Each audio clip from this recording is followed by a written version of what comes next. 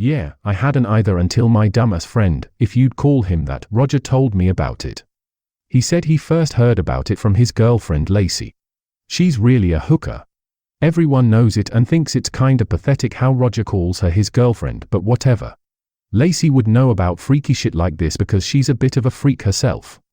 So he says she told him about this door called a baby door. He thought at first she was talking about those safe place things they've got at fire stations and hospitals and whatnot. Only she tells him no, not that kind of door. A baby door. Then she goes on to tell him what it is. Roger said it sounded really twisted and freaked him out, but he could tell she was really into it. Roger told me he wanted to get laid and was half broke, so he made a deal with her. He told her if she had sex with him, he'd find her a baby door. She corrected him, baby door, right before she screwed him. Roger said it was the best sex they ever had. So a couple of weeks go by and he's forgotten about his promise. Lacey hasn't. She keeps pestering him and then starts threatening him. Roger liked the attention and didn't really think Lacey would do anything. He was wrong. She paid some guys and they messed him up real bad. Hospital bad. ICU bad. Right before they dumped him out of the car at the ER entrance, they told him he'd better make good with Lacey or there'd be no ER the next time they met. Being the good friend he is, that's when Roger called me. High as a kite on whatever pain meds they'd given him, Roger told me all of this and begged me to help. He said Lacey was batshit crazy and he was certain she'd kill him and maybe wear his skin because she was into that stuff.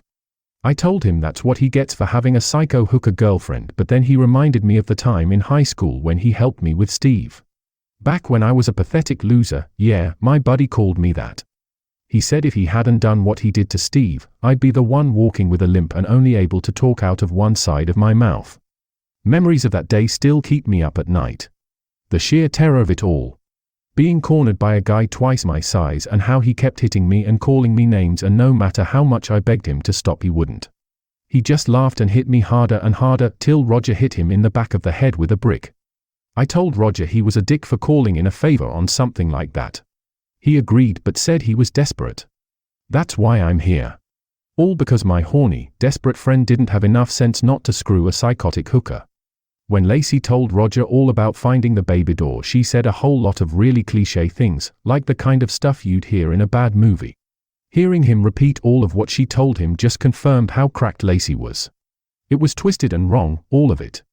He'd saved my life though, and he knew I'd try. I'd try to save his pathetic life just to be done with him. There were a few places in town I thought might fit Lacey's description. The old water plant was my first stop, but I didn't find anything resembling a baby door. So I went to the McCready house next. Popular rumor around town was the whole family got slaughtered one night by a drifter. The house was supposedly haunted. We'd use it to terrify ourselves as kids with stupid kid dares. Run up and ring the doorbell. Stand in the hallway. Spend the night there all alone. Stupid shit like that. Nothing ever happened then, and it didn't when I went looking for this ridiculous door. The last place I thought to go was the sawmill down by the river. This place gives me the creeps even in the day. I was really afraid I'd find the door there, but I didn't. By that point, I was getting annoyed and hungry. I swore at Roger and decided fuck it. I did my part already, I was done. It was late, so I went to the town's only bar. They make a good cheesesteak, so I ordered one and a beer. I had to piss, so after I placed my order I went to the bathroom. I saw Lacey sucking some dude's face as I walked by. I swear that crazy bitch's eyes followed me into the bathroom. You might be expecting what I'm about to tell you because I've laid it all out for you. But I gotta tell you, the men's room of that bar was the last place I expected to find the baby door. I was at a urinal when I saw it. This little flicker of light on the floor. I had to piss real bad but didn't think it'd take long to figure out what that flicker was. I kicked it with my foot. The mold cake tile caved in a bit and revealed a doorknob. An actual fucking doorknob. It was brass and dark. I think they called it patina? Yeah. It had patina all over it. I kicked at the floor again because I couldn't believe it. I almost called Roger. The tile caked away a bit more and revealed a door. It was brass like the knob and about the size of the floor tiles around it. I stood there for a moment trying to figure out if what I was seeing was real. I glanced toward the bathroom door, half expecting Roger to be there with Lacey, ready to have a good laugh at my expense. They weren't, so then I figured they were behind it, waiting to see what I'd do.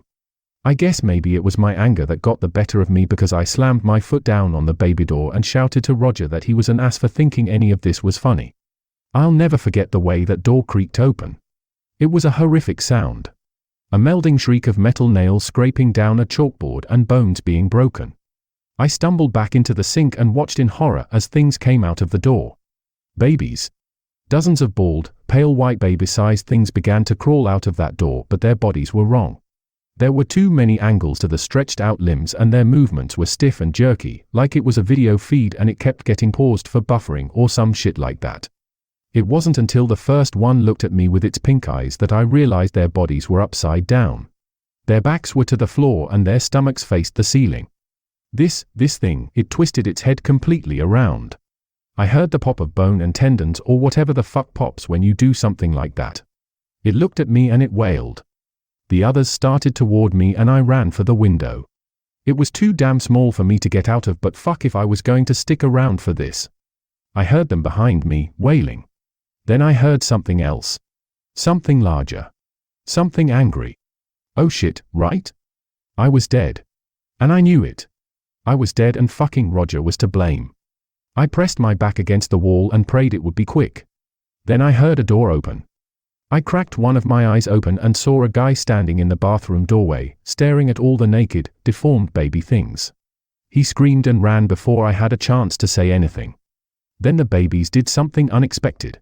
Even more so than crawling out of a damn door in the floor. They chased him. Prey instinct. I didn't hunt much, but I knew it. Somehow I knew it, so I forced myself to stay absolutely still. I shut my eyes and held my breath. My damn nose chose that moment to itch, but I ignored it. I heard the screams of terror shortly after. The wailing of the babies got louder. Hungrier. There was a whole lot of other noises. Wet, squishy, slurpy noises. A lot of crunching. People pleading. Then the ground shook. I mean, it really shook. My eye snapped open when it did. The bathroom was empty. I bolted for the door and opened it only to see this gigantic mass of pulsating grey flesh trying to crawl out of a huge crater in the center of the bar. Bodies were everywhere. Pieces of flesh and hair were stuck to the walls. The babies were crawling through it all, tearing off bits of this and pieces of that. The ones that weren't working their way through the human buffet were grouped over whole bodies. Bodies that moved. Lacey was one of them. She looked at me and begged me to help. I told her to screw herself and I shut the door. I couldn't lock it, so I hid in a stall and locked that door instead. I grabbed the lid off the back of the tank, pulled my feet up onto the toilet seat and waited. I stayed as still as possible, even pissed myself as whatever the hell happened out in the bar continued to happen. It stank like stale piss, wet shit and vomit in the bathroom, but I couldn't bring myself to leave even after it all went quiet. The police found me in that stall the next morning. I hadn't slept. I was so delirious I nearly beaned the officer who opened the door.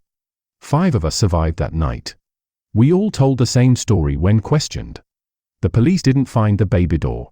They claimed the giant hole was a sinkhole and it released some sort of gas that, when mixed with alcohol and trauma, caused us to hallucinate. We all said that wasn't so, but the police didn't find any bodies. Just bits and pieces of people, which, they also figured, was about right given the damage the sinkhole did to the bar. There's talk of filling it, but for now they boarded up the bar and put an officer out front to keep people away. We're frustrated and we're upset. It's not the truth and we know it. Me more and the rest, but I don't tell them that. Just like I don't tell them I started it all.